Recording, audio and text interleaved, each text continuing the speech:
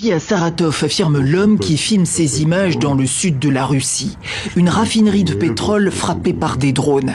Des responsables et des médias russes évoquent en effet une attaque ukrainienne majeure de drones et de missiles dans la nuit de lundi à mardi sur plusieurs localités en territoire russe donc. Ce n'est pas la première. 2 usines au moins ont été fermées ainsi que des écoles à Saratov et à Engels, de l'autre côté de la Volga. Engels abrite notamment une base aérienne de bombardiers nucléaires russes.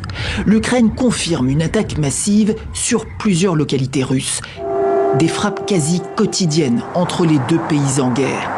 Tensions notamment dans la région frontalière de Koursk, dont une partie est sous contrôle ukrainien depuis août et que la Russie cherche à reprendre.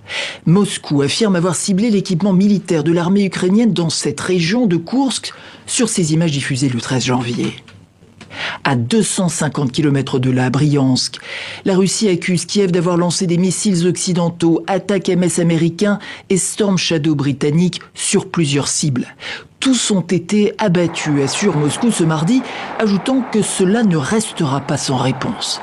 Le tout à une semaine du changement d'administration américaine. Il reste encore beaucoup à faire.